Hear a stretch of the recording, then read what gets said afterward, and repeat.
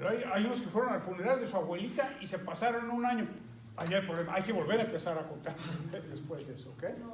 Ninguna de las salidas de Estados Unidos puede ser de más de 6 meses, a menos que haya una causa muy justificada. Bueno, me enterraron junto con mi abuelita y lo que me Yo, por ejemplo, en mi caso sí salí en algún periodo por un poco más de 6 meses.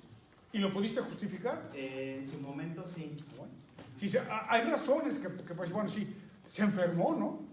Se enfermó y estuvo muy grave, estuvo 7 meses en el hospital, vamos, claro, y aquí están las recetas del médico, ¿no? ¿Okay? Es ese tipo de situaciones que pueden justificar una ausencia tan prolongada en los Estados Unidos. La que sigue, los no, ¿verdad? Desde que soy residente legal permanente, he estado de manera presencial en los Estados Unidos por lo menos 18 meses continuos. Pues sí, ¿verdad? ¿Año y medio? O sea, como por decir algo, yo salgo a mi país cada vez un año, una vez en el año, por decir algo en diciembre. ¿Cuánto tiempo está fuera? Me quedo un mes. No tiene ningún problema. Lo importante es que las ausencias no sean de más de 6 meses. ¿Ok? Adelante.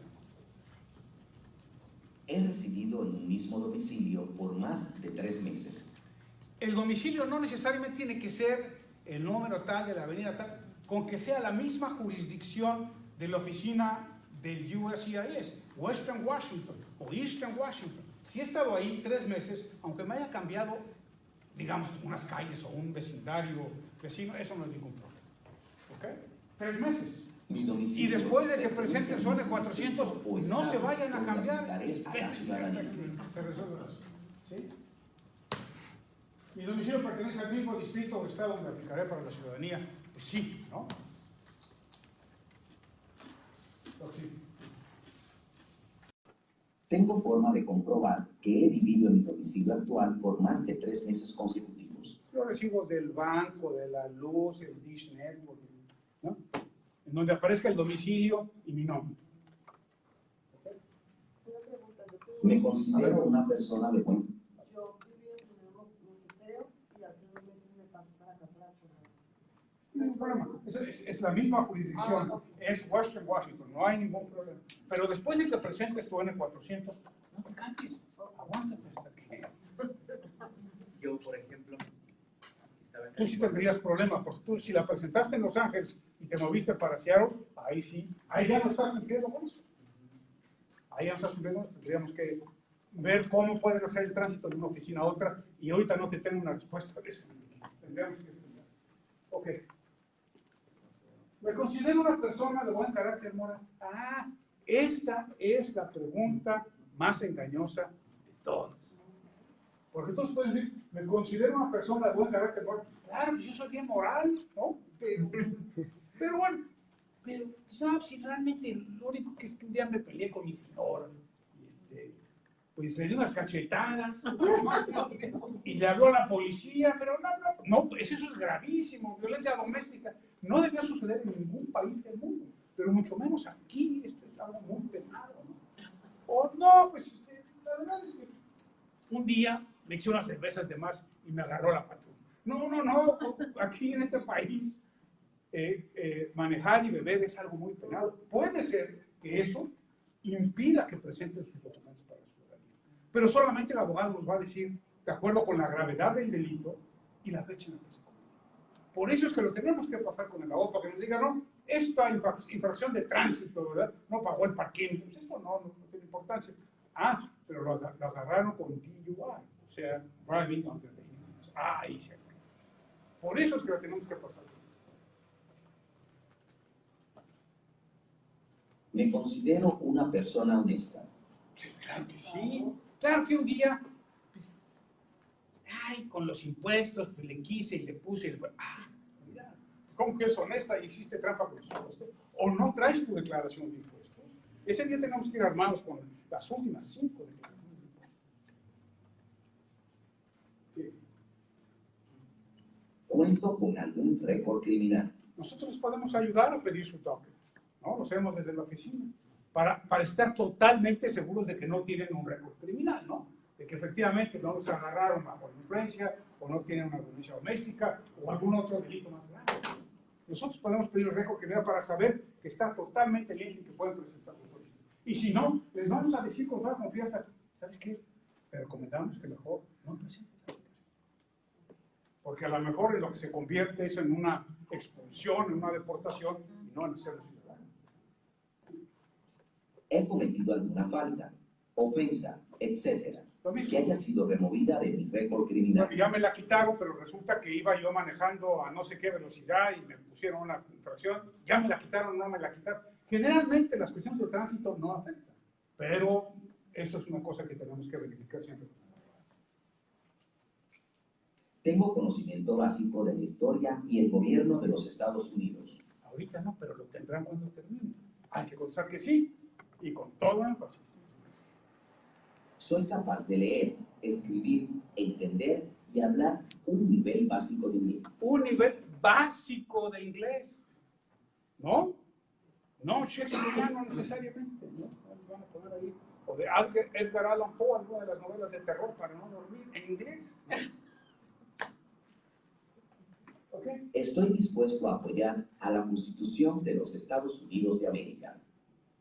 Bueno, si no están dispuestos a apoyar a la Constitución, pues, ¿qué están haciendo aquí, no? ¿No? Claro que sí. Estoy dispuesto a tomar el Oath of Allegiance, es decir, el juramento de lealtad a los Estados Unidos. Cuando termina su proceso, ya los han calificado de que tienen derecho a la ciudadanía, les hacen un juramento de lealtad y juran lealtad a los Estados Unidos, a su bandera y a su gobierno, por encima de los intereses de nuestros países de origen, ¿verdad? Porque ustedes están decidiendo tomar esta segunda nacionalidad. Entonces, en caso de que hubiera algún día un conflicto entre México y Estados Unidos, tú como ciudadana, Leticia, vas a tener que preferir a los Estados Unidos. Nada más para que no nos vayamos a hacer bolas. Es ese la base del Oath of Allegiance. Hay otra cosa que se llama el Pledge of Allegiance, que es lo que rezan los niños y en los partidos de béisbol y de fútbol. Ese es el Pledge of Allegiance. El Oath of Allegiance lo tienen que firmar, no con sangre, con tinta. Pero vale. Tenemos que ir al equipo de fútbol de Estados Unidos. Si es a los Sanders, te vamos a dar una excepción, porque pues, andan muy mal últimamente. Sí. Felicidades. Usted cumple con todos los requisitos para aplicar la ciudadanía de los Estados Unidos a través de la naturalización. ¿A poco no está Lo fácil? invitamos a continuar con el módulo 2, donde conocerá mucho mejor el proceso de naturalización. Gracias por acercarse a Ciudadanízate. Bueno. Haga clic al botón de Home para volver. Entonces, lo que les pedimos es que revisen, ¿no? Estos requisitos, ahí están, sí o no, y aquí les van a hacer la cuenta de si tienen los requisitos o no los tienen para hacerse. Está fácil, ¿no? Sí, está mal. Una pregunta. Y con monitos se los explicamos. Yo soy ciudadana colombiana, pero yo también fui ciudadana costarricense, pero esa ciudadanía yo la dejé vencer, porque yo no regresé a Costa Rica, tuve mi pasaporte naturalizado. ¿Qué se hace ahí?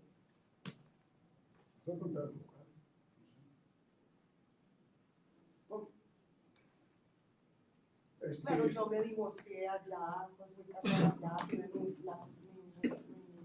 ciudadanía allá, pero ya no regresé a volver a ser ciudadana porque ya no me para Estados Unidos. ¿Tuviste algún pasaporte? Sí. Ya no tuviste la vención. Bueno, lo dejé vencer. Es una pregunta, vamos a consultar. La verdad no me atrevería a darte una respuesta sobre eso.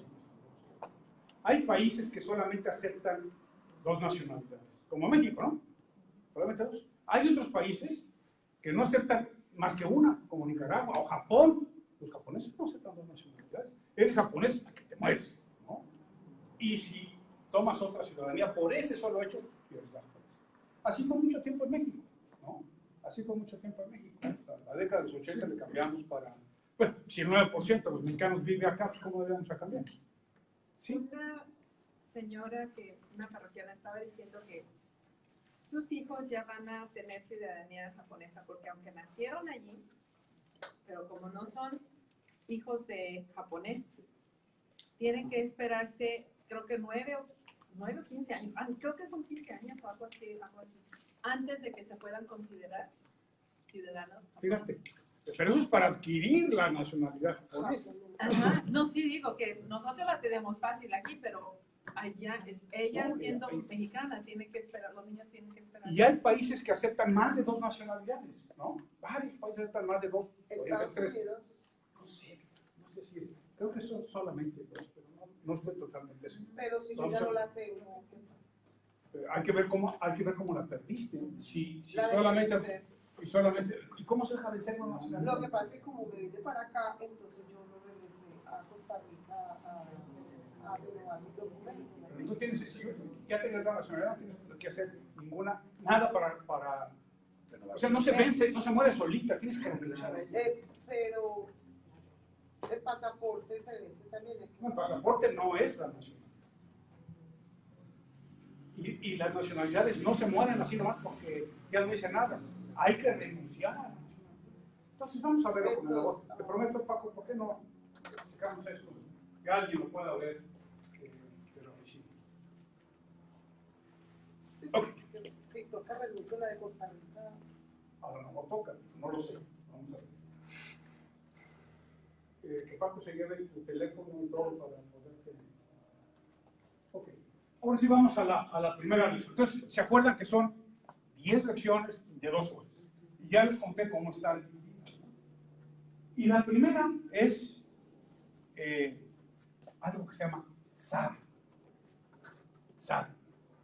Sara no es una mujer. En este caso no es una mujer, ¿no?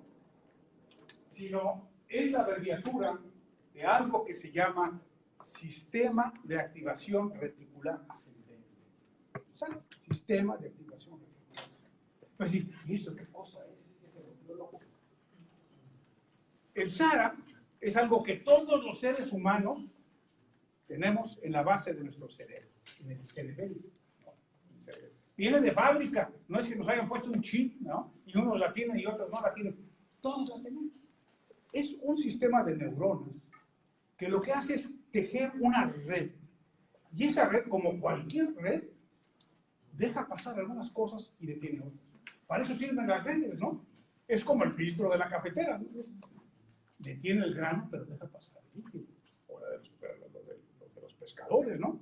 Tira el agua, pues se quedan los pescados.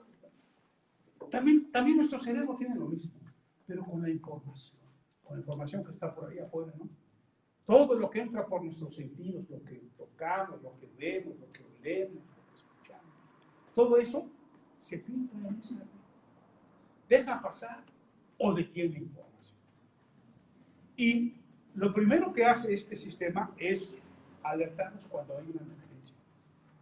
Híjole, se está quemando la casa, ¿no? Órale, me movilizo, hago esto, brinco, tono, ¿no? O está a punto de suceder un accidente, ¿no?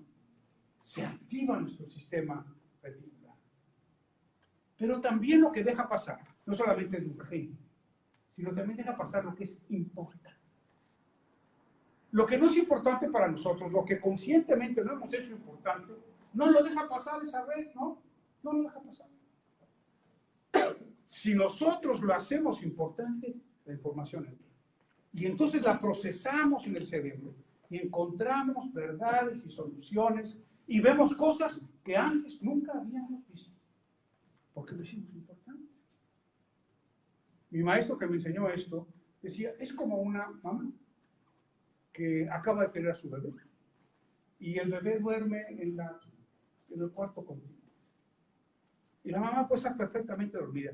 Si el niño hace el más mínimo ruido, si se queja despacitito, la mamá lo percibe y ustedes que son mamás me lo pueden decir bajo. Va, ve al niño y lo tiene. A esa misma mamá que escucha el gemido del niño, le puede pasar un avión por encima de la cabeza y no lo oyes. Porque lo que ha hecho importante para ella es ver al niño. No escucharlo, no 147. Es, ¿qué hacemos importante? Me decía mi maestro, es como ver el periódico cuando uno está buscando un coche nuevo, ¿no? Se va a comprar un coche nuevo. Y empieza a revisar y ve que ahí es el coche de sus sueños, ahí está, en la página 18 del periódico. Dice, pues aquí está, mira aquí. Pero resulta que ese anuncio había estado ahí muchos meses antes que eso. Y el señor le pasaba la vuelta al periódico y jamás vio la luz de su coche, ¿no? Hasta que lo hizo importante. ¿Y por qué esto es importante para nosotros? Porque lo que les quiero decir es que tenemos que hacer importante el hacernos ciudadanos. Porque cuando conscientemente hagamos importante hacer los ciudadanos, toda la información que va a estar alrededor va a poder entrar a nuestro cerebro. Y lo vamos a poder procesar a nuestro nivel consciente. Vamos a encontrar soluciones y vamos a aprender cosas que jamás pensamos que podíamos aprender. ¿Cómo? ¿Y cómo se logra esto? ¿Cómo le abrimos aquí a la red para que esto? A través de dos fórmulas muy fáciles. La visualización y la repetición.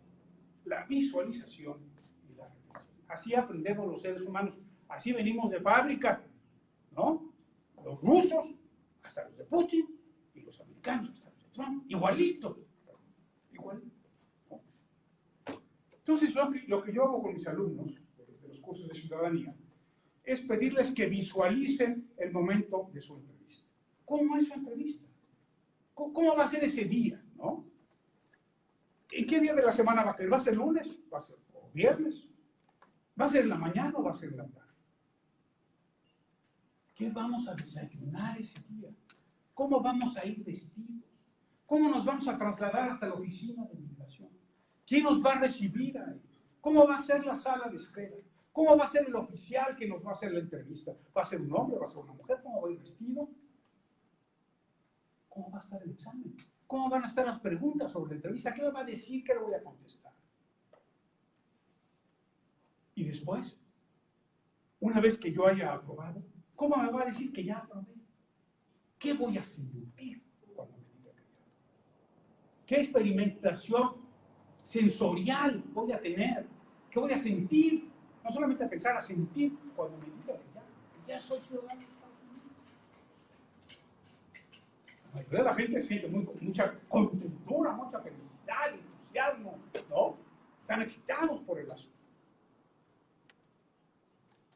Esa emoción hay que estarla recordando cada vez que nosotros metamos en nuestra cabeza cómo va a ser la entrevista.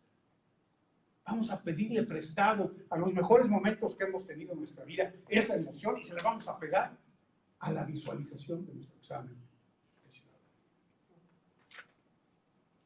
Y cada vez que tenemos clase le pido a un alumno distinto, ahora cuéntame cómo es tú. Cuéntame el día en que te hiciste ciudadano. Cuéntame cómo fue tu oath, cómo fue tu juramento de lealtad. Cuéntamelo todo, desde que te despertaste. ¿Sí? Y hay que apoderarnos de esa visión. Y entonces, lo que pasa es que viene un sentimiento de autosuficiencia, de confianza en nosotros mismos. Y luego les vamos a poner cómo es, un ejemplo de cómo es una entrevista. Porque lo que a nosotros nos afecta mucho es la ansiedad. Cuando estamos ansiosos, nos ponemos nerviosos, decimos los mexicanos, ¿no? Y no nos acordamos, hemos tenido casos así, de gente que se sabe muy bien las preguntas del examen, pero llega ese día y le preguntan cómo se llama y no se acuerda. ¿En dónde vive? No se acuerda. Porque son un manojo de nervios, es una ansiedad que los bloquea. Y lo que nosotros decimos a nuestros estudiantes es, no tienen por qué estar ansiosos porque ustedes ya saben a lo que van y ustedes están seguros de que van a triunfar. Nadie puede tener dudas de que va a triunfar, de que cabe la posibilidad de que lo reprueben. No, a nuestros estudiantes no les cabe la duda de que pueden reprobar. Jamás. Van seguros de que van a tener su certificado de actualización. Muy bien, no me regreso. A ver, Paco, busquemos la entrevista. Este es un ejemplo de cómo puede ser la entrevista. No necesariamente igual, ¿verdad? Pero parecido a eso.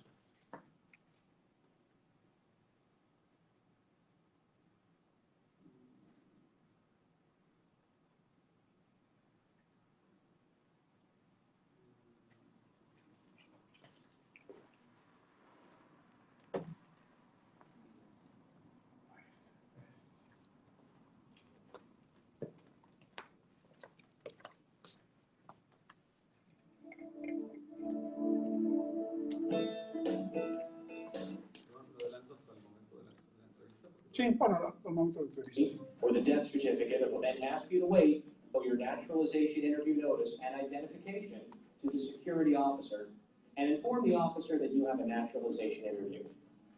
The security officer or an immigration officer will tell you where to find the customer service waiting area. When you arrive at the customer service waiting area, you will need to present your naturalization interview notice to the immigration officer at the customer service desk. The officer will then ask you to wait until your name is called.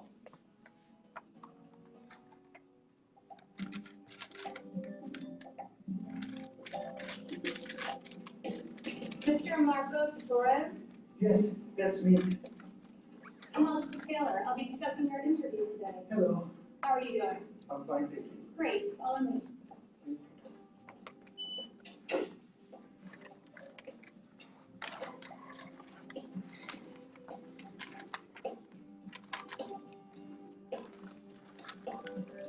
Please come inside.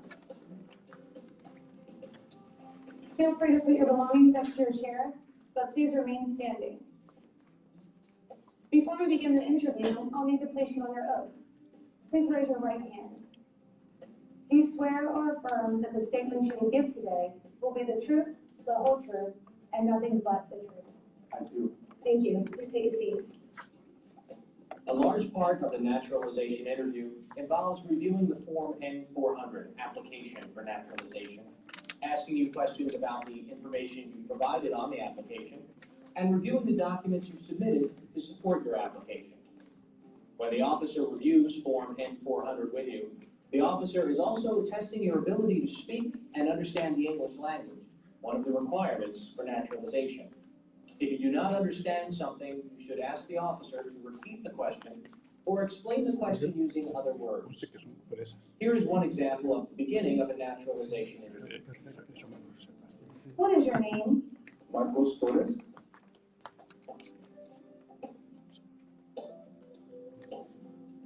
And have you used any other names? No, Do you want to legally change your name? no. I need to see your lawful permanent resident card, all of your passports, and state issued identification, please. Thank you. You're welcome.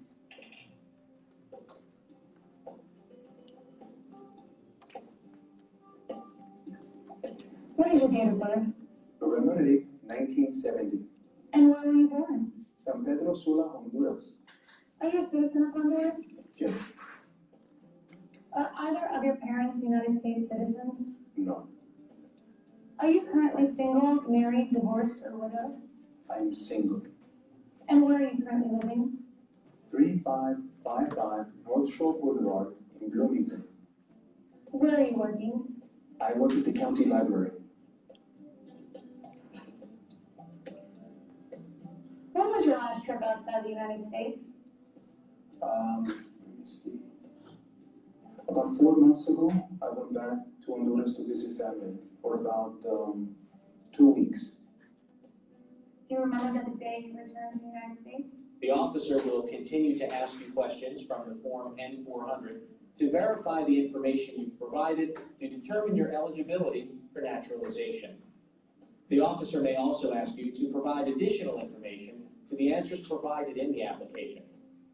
As a reminder, if you have a copy of your Form N-400, you may find it helpful to review it before your interview.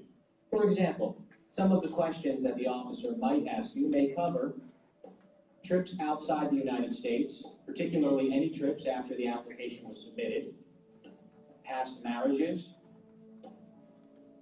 memberships in any organizations, problems with the law, criminal history, and/or jail time, military service in the United States, and support of the U.S. Constitution and allegiance to the United States. Your answers to these and the other questions determine your eligibility for naturalization. Remember to bring supporting documents that can help you address any of these questions. You must always be honest in your responses because lying to an immigration officer during the naturalization interview may make you ineligible for naturalization.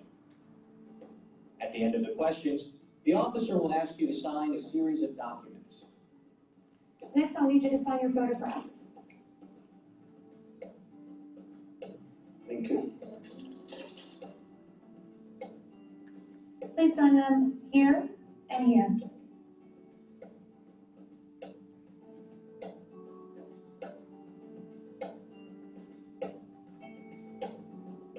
I'll need you to sign your application. Please sign here. And then print your name and sign here.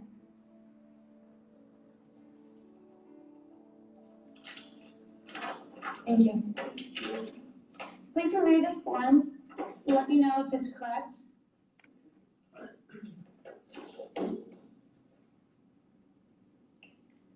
It's correct. Great, thank you.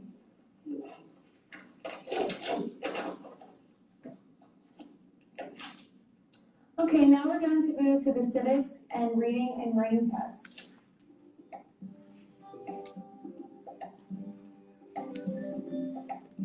Que solamente es un modelo de cómo puede ser, no que exactamente sea el perfecto. In most cases, after reviewing the Form N-400, the officer will give you the remaining portions of the naturalization test: the U.S. History and Civics test, the English reading test, and the English writing test. In some USCIS offices, the naturalization test may be given before your interview by an Immigration Services officer.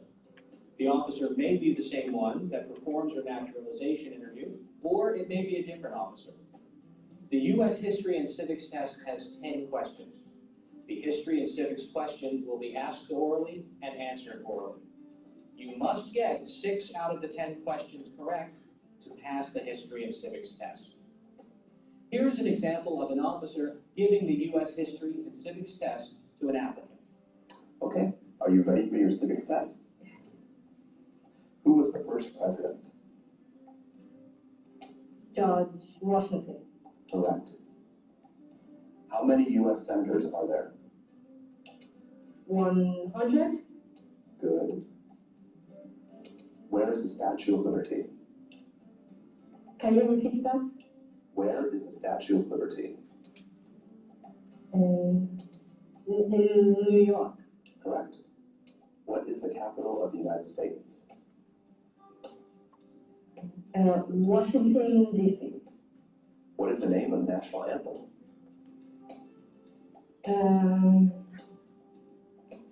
Star Spangled Banner. Good. Name one problem that led to the Civil War.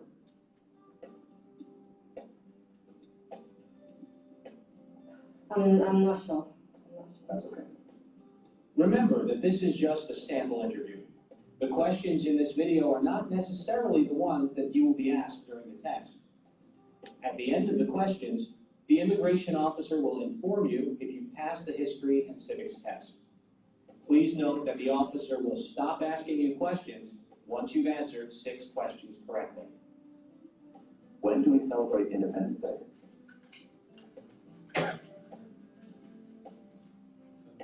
July 4th.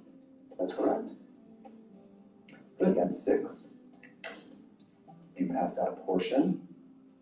Now, we will show a simulated situation of the English reading and writing tests being given to the applicant. Keep in mind that the items we're about to show you are not on the actual test. Remember, this is a simulated interview, and each experience may be different. The reading and writing tests each have 3 sentences. You only need to get 1 reading and 1 writing sentence correct to pass. Now is the reading test. Please read line number 1 out loud for me. Who was 3rd President of the United States? Good.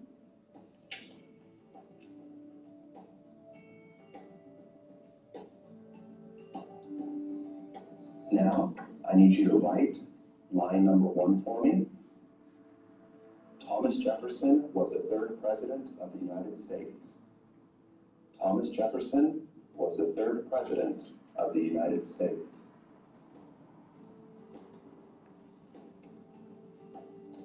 Okay, let's try another one. On line number 2, please write, the Liberty Bell is in Philadelphia. The Liberty Bell is in Philadelphia. Good. After the reading and writing tests, the immigration officer will tell the results of the naturalization tests and interview. Congratulations. This form is for you. Thank you. Thank you. You're welcome. I'm recommending your application for approval. If my recommendation is accepted, you will be sent a notice in the mail of when to come in for your oath ceremony. Do you have any questions at this point? No, no. Great, and I'll escort you to the customer service area. Thank you. Thank you. You're welcome. The oath ceremony is the final step in becoming a U.S. citizen. After the approval of Form N-400, you will be scheduled for an oath ceremony to take the oath of allegiance. At the ceremony, your lawful permanent resident card will be taken by USCIS, and you will be given a certificate of naturalization. Some USCIS offices may schedule you to participate in a ceremony on the same day of the interview. And that I take this obligation freely without any mental reservation or purpose of evasion. So help me God. Congratulations. After your oath ceremony, you are officially a U.S. citizen and have all the rights and responsibilities that come with this privilege. Naturalized citizens are an important part of our democracy, and USCIS welcomes newly naturalized citizens every day. If you've already applied for naturalization or are considering doing so, we wish you all the best in your journey towards citizenship.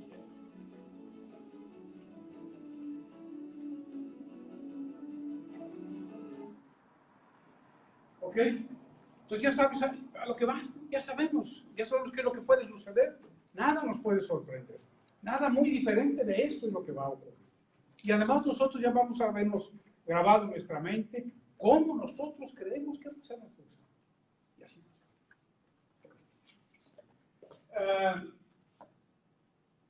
Les vamos a dar desde luego, y al final de la presentación está un vocabulario básico, las palabras básicas que deben ustedes saber para poder contestar correctamente lo que les puede preguntar el oficial de migración a propósito de lengua. Solamente quiero decirles que en el paquete que les entregamos viene la N400 y viene ese vocabulario también. ¿Ok? Muy bien. Se acabaron las 2 primeras horas. Ahí transcurrieron las 2 primeras. Esa fue la primera lección. ¿Ok? Vamos a la segunda lección.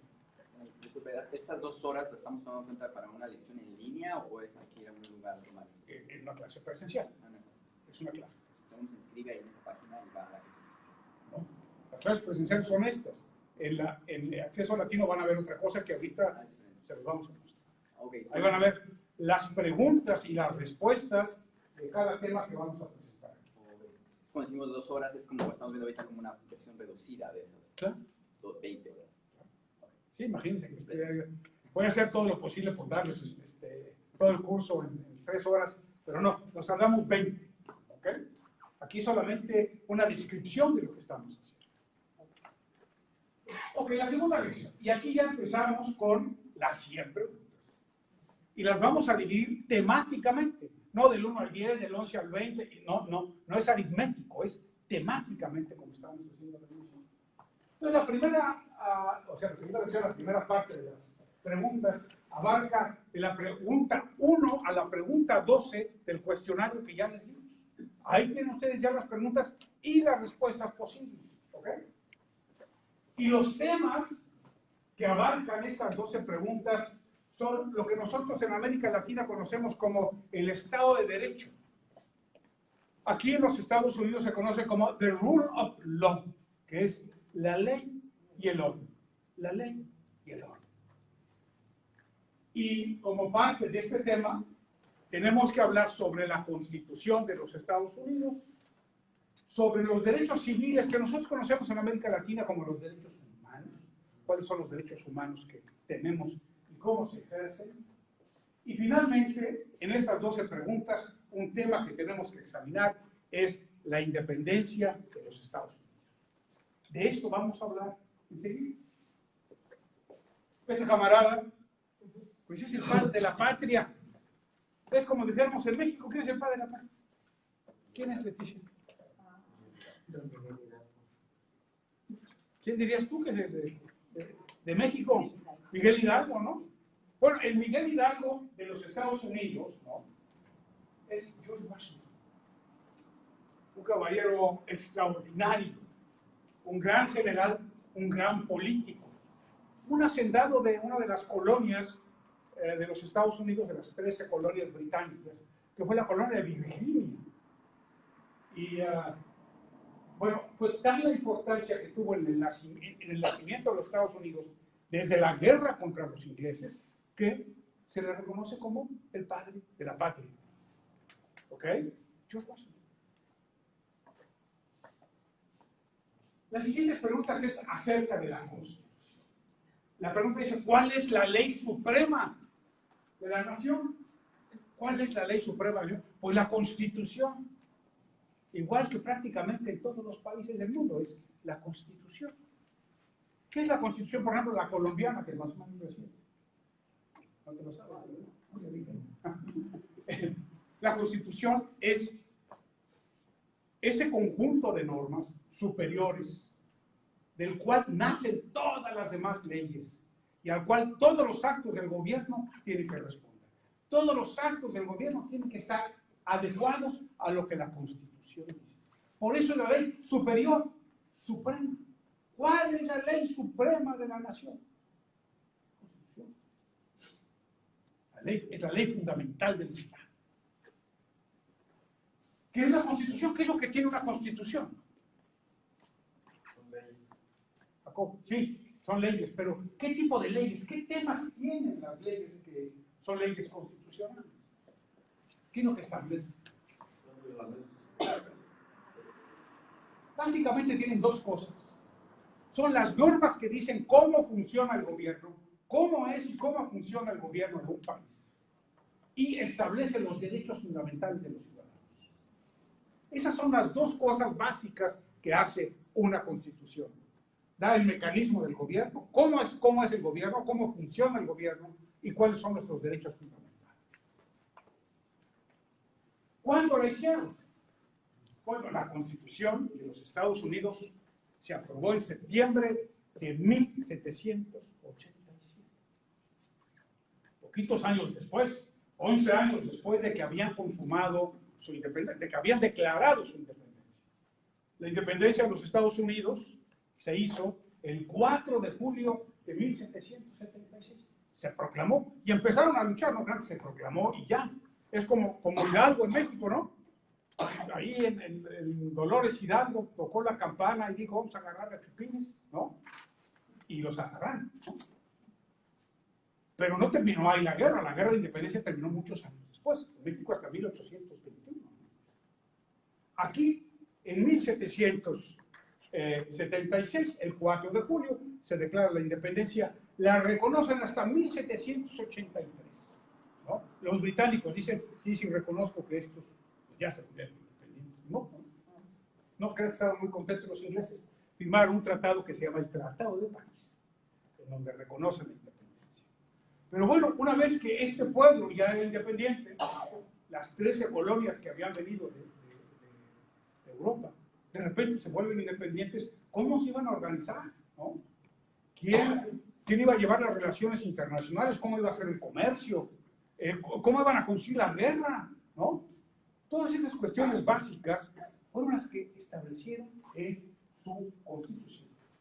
Pero no dijeron, se reunieron en la ciudad de Filadelfia, 55 representantes se reunieron en Filadelfia.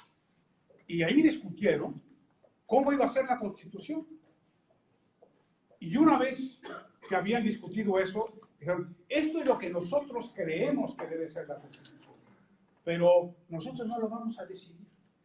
Que este proyecto se vaya a las colonias, a las 13 colonias, para que ahí el pueblo a través de convenciones diga si esto que nosotros aprobamos quieren que sea su Constitución o no.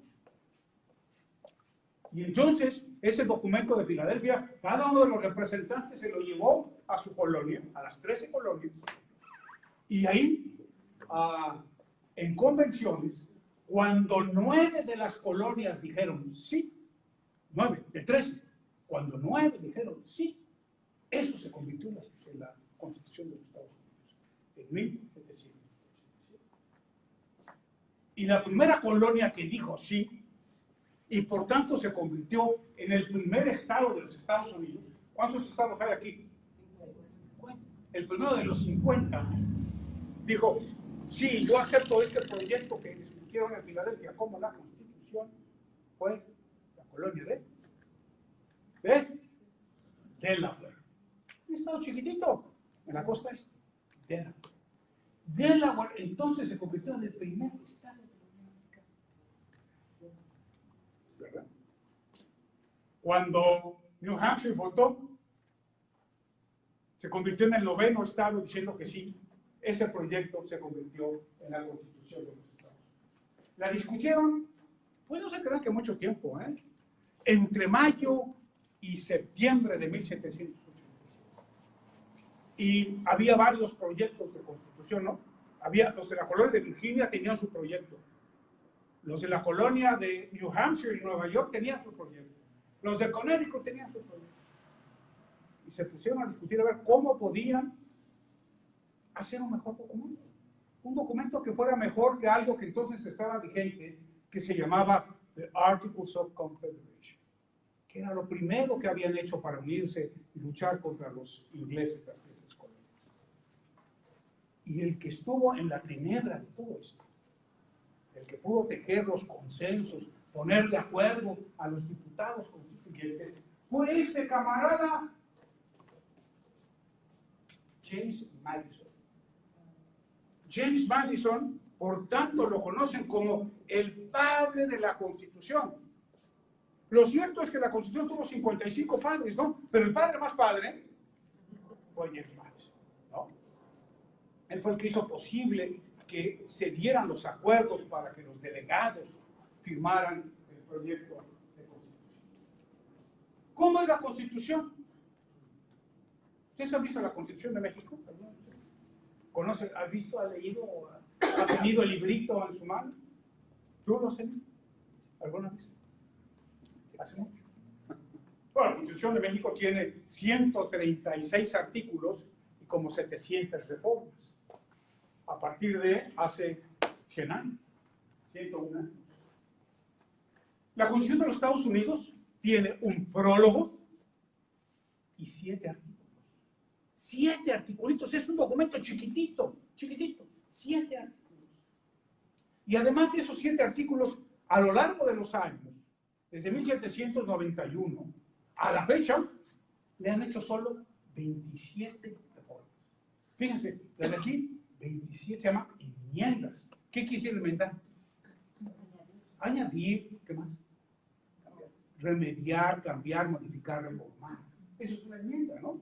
Bueno, solamente le han hecho, a lo largo de estos 220 tantos años, solamente le han hecho 27 modificaciones. La nuestra, que tiene menos de la mitad del tiempo, le han hecho 700. ¿No?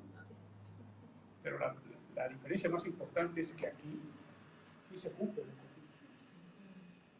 A pesar de los pesares, a pesar de que haya alguien que pensamos que está haciendo cosas arbitrarias, ahí están los otros órganos de gobierno, sobre todo los jueces, que le dicen, ¿a dónde vas con Antón de Manila? Espérate, esto que tú estás haciendo es ilegal.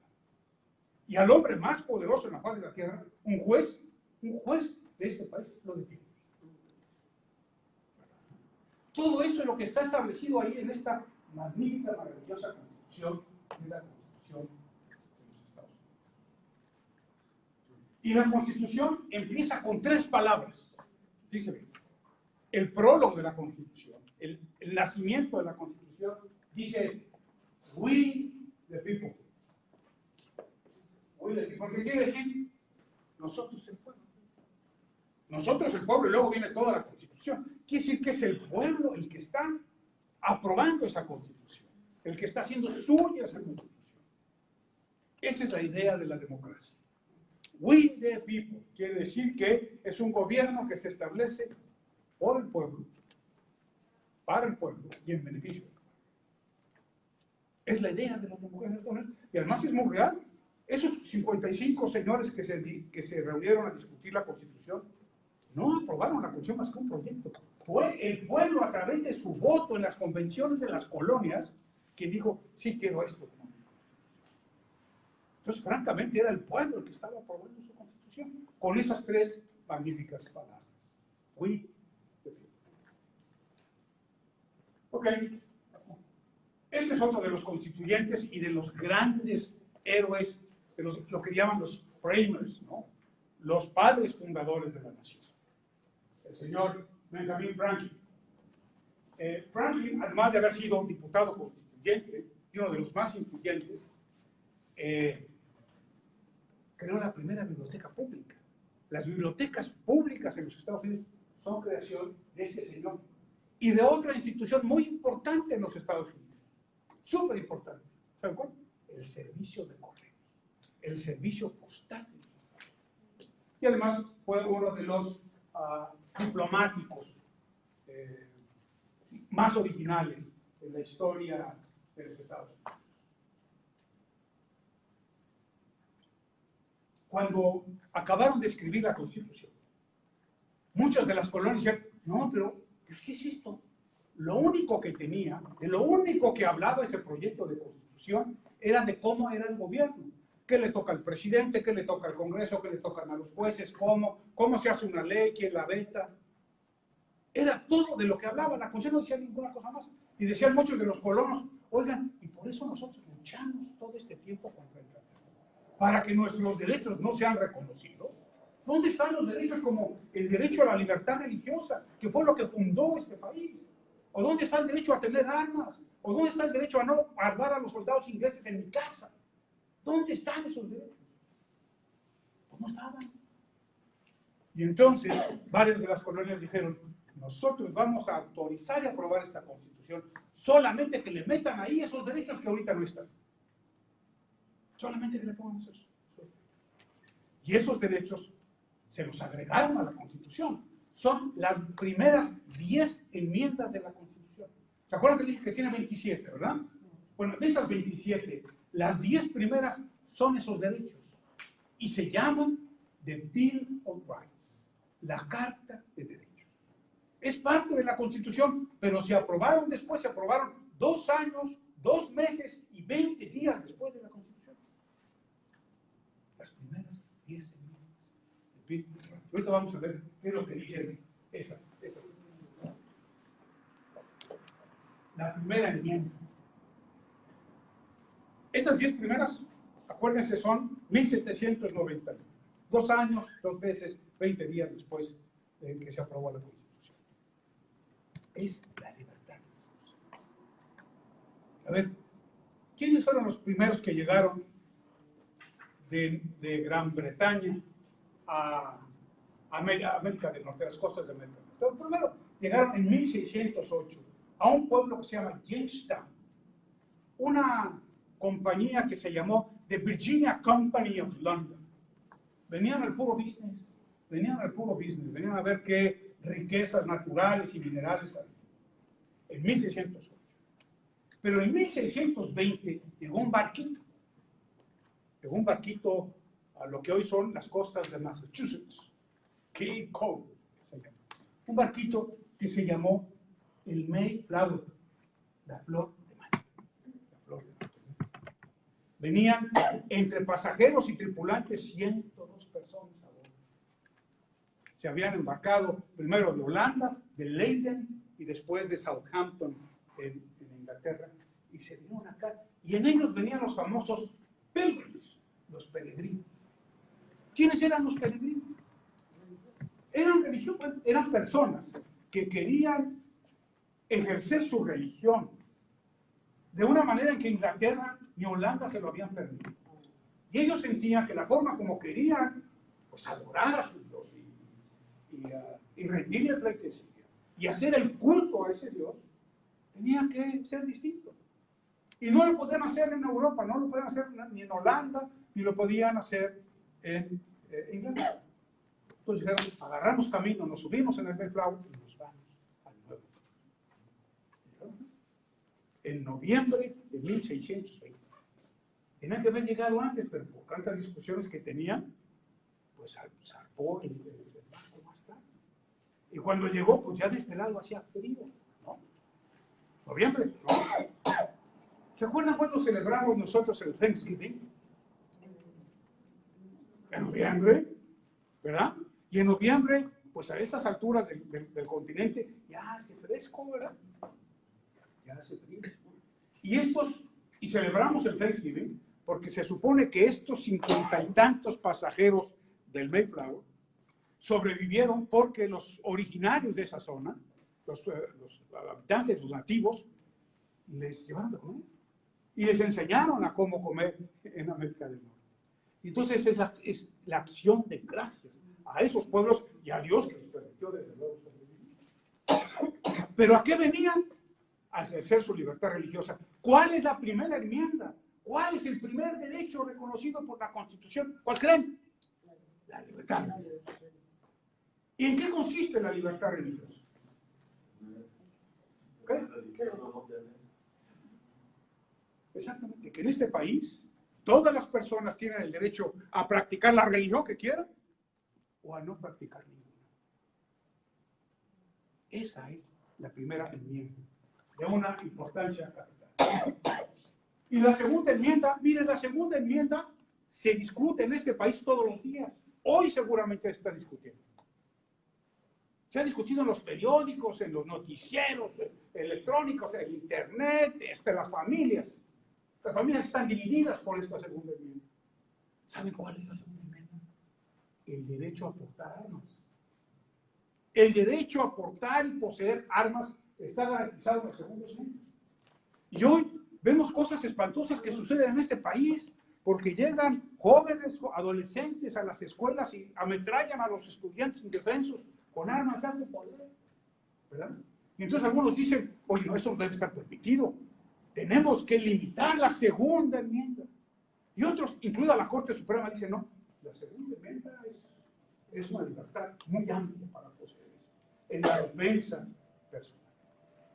No sé cuándo se va a modificar, si se va a modificar esto, pero es algo que se discute hoy, algo que se aprobó en 1700.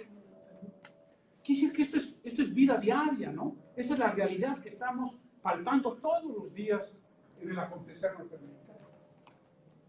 Las siguientes enmiendas son enmiendas que tienen que ver con los derechos del acusado, sobre todo, ¿no? Los derechos en el proceso penal. Por ejemplo, la quinta enmienda. No sé si han oído ustedes muchos que dicen, sobre todo los políticos, no voy a contestar esta pregunta porque me someto a la quinta enmienda. I'm under the Fifth Amendment. Dicen ya muy contraído, I'm under the Fifth, ¿no? Que es el derecho a no declarar, si eso implica acusarnos a nosotros mismos. ¿Verdad? Entonces podemos guardar silencio para no contestar una pregunta que nos hagan si eso pudiera resultar en algo que nos haga daño en el proceso penal.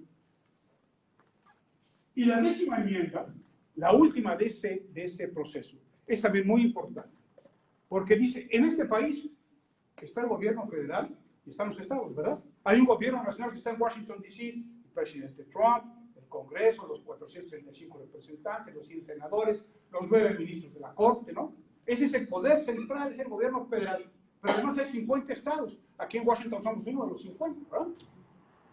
Y entonces lo que discutían era ¿qué le toca hacer al gobierno de Washington, D.C.? ¿Qué le toca hacer a los estados?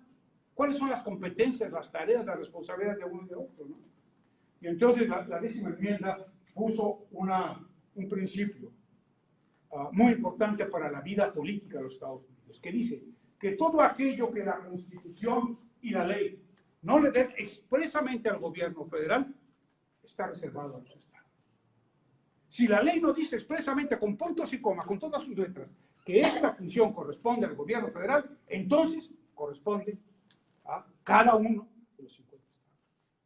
Y muchas de las funciones de la vida diaria, de la vida cotidiana, la educación, la salud, la vivienda, los transportes, la policía, son facultades de los estados. ¿Sí?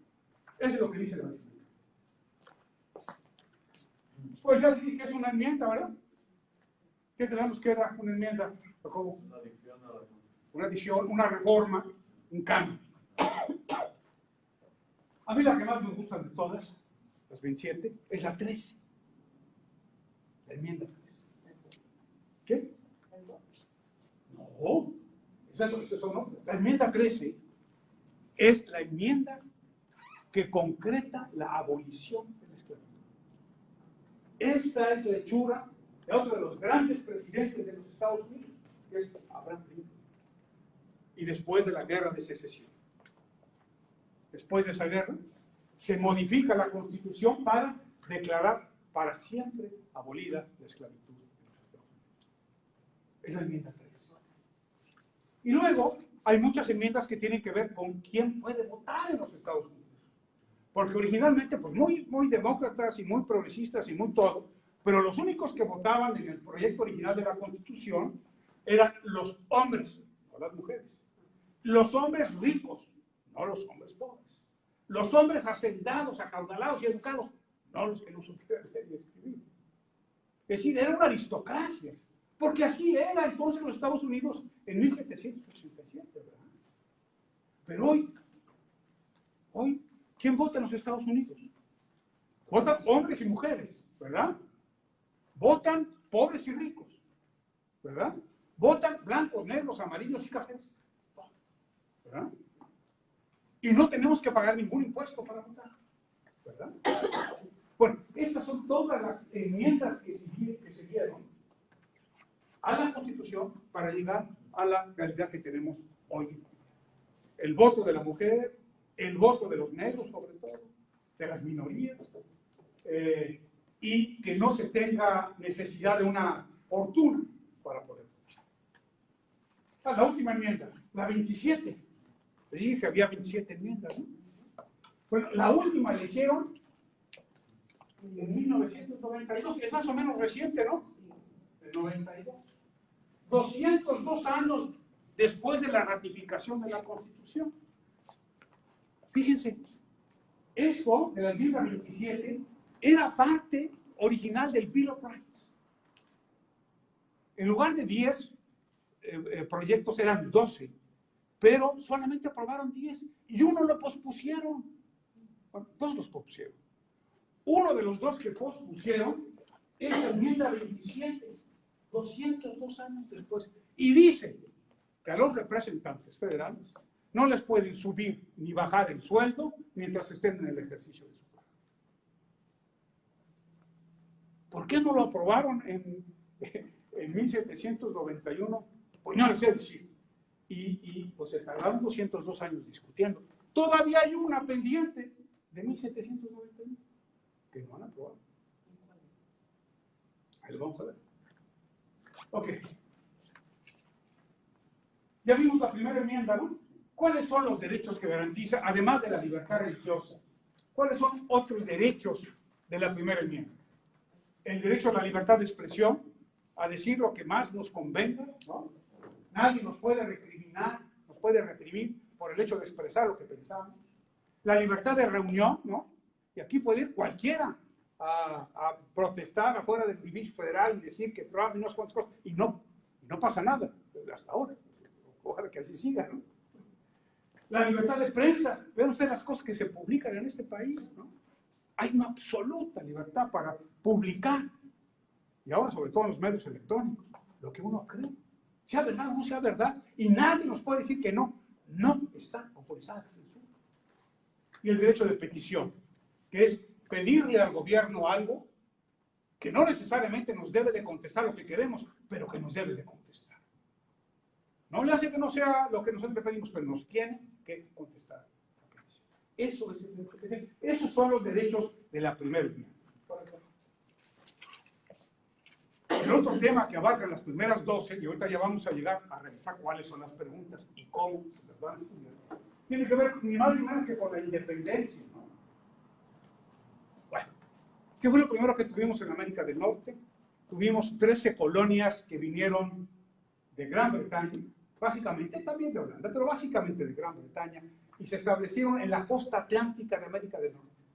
Desde New Hampshire hasta arriba, ¿no? Hasta Georgia, que es la colonia que está más al sur. Ahí se establecieron 13 colonias.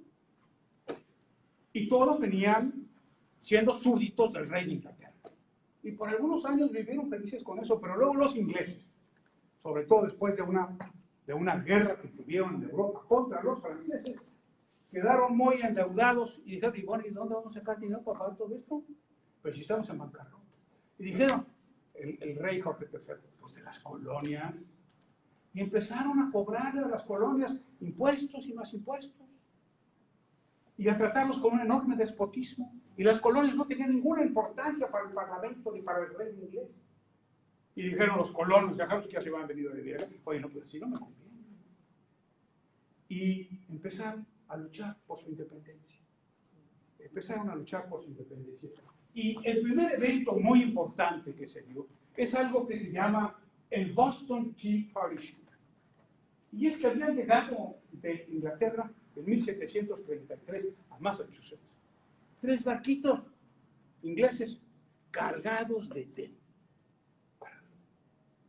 Y venían con un impuesto especial para el té, ¿no? O sea, además de pagar por eso, tenían que pagarle un impuesto al gobierno inglés. Y los colonos se enojaron muchísimo y dijeron, ahora vas a ver.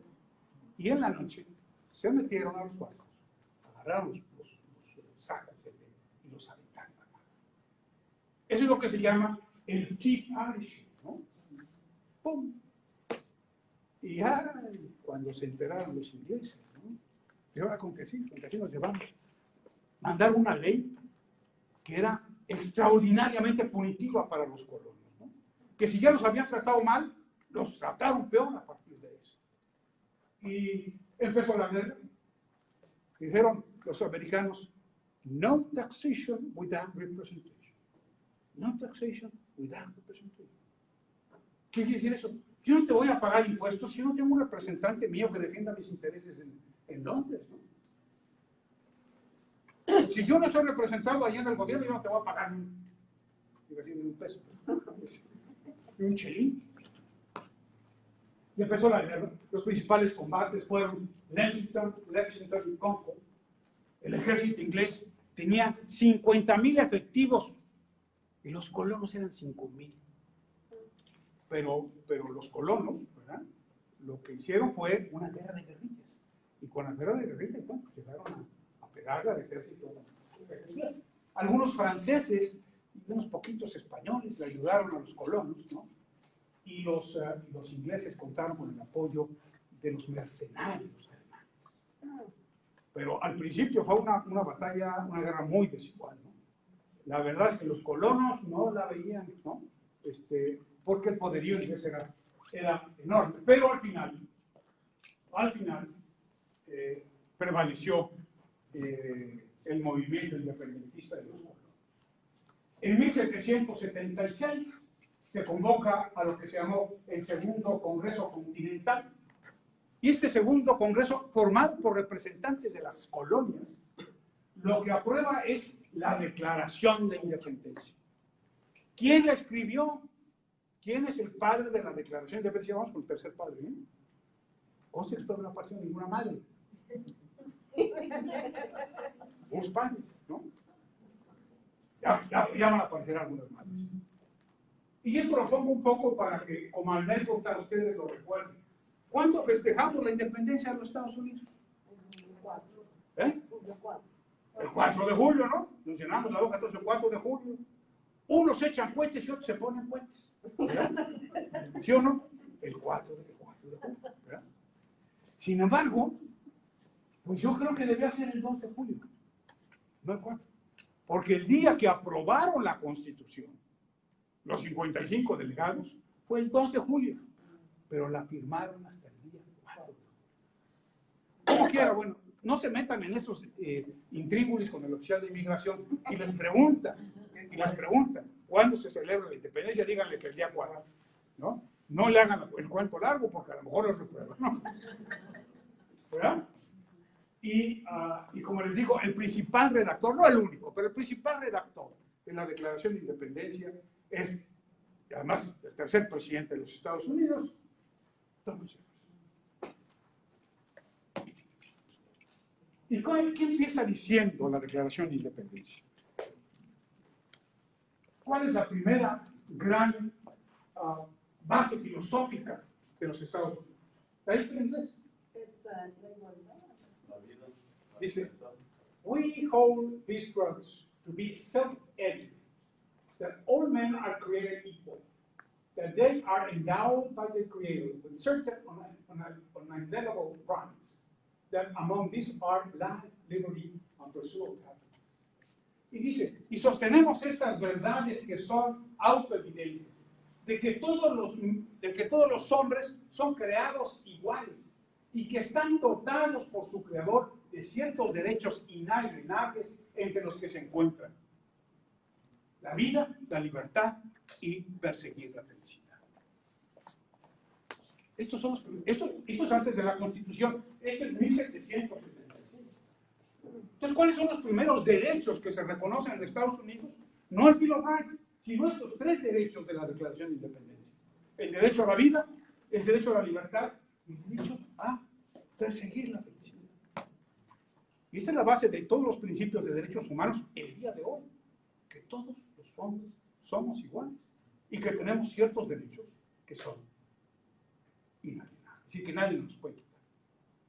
Estos derechos valen para quienes son ciudadanos y no son ciudadanos, para todas las personas que viven en el territorio.